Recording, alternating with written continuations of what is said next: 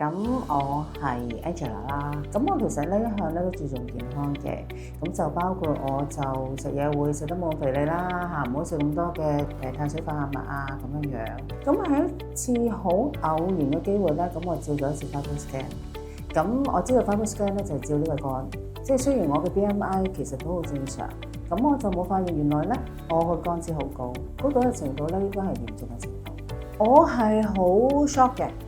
即係好似頭先講，咁又冇諗過咁嚴重，咁當時就諗下可以點樣咧？咁我喺 Gene 呢個牌子咧就聽咗好耐嘅，咁亦都佢好多唔同嘅配方啦，咁就發現原來有一隻配方咧係專針對肝嘅，咁所以嗰陣時都係睇 Facebook 啊，或者睇一啲媒介啊，咁又有醫生咧係即係推介呢個產品，咁所以就試咗呢隻牌子。咁食過呢個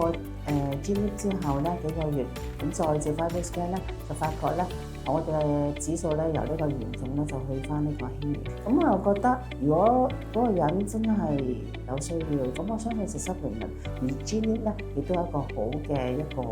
產品咯。